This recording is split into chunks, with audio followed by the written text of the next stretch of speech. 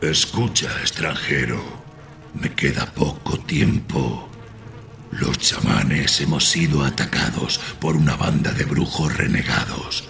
Nuestros semejantes, aún leales a la Legión de Fuego.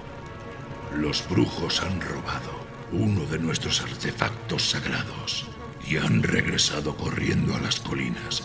Sin duda, celebran un aquelarre secreto cerca de aquí.